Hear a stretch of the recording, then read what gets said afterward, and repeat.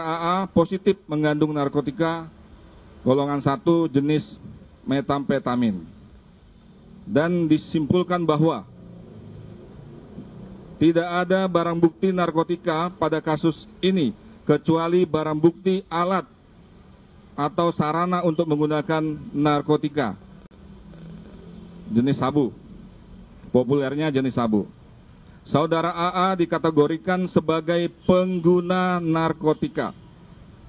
Terhadap kasus ini tidak dilanjutkan ke tahap penyidikan. Kami melihat bahwa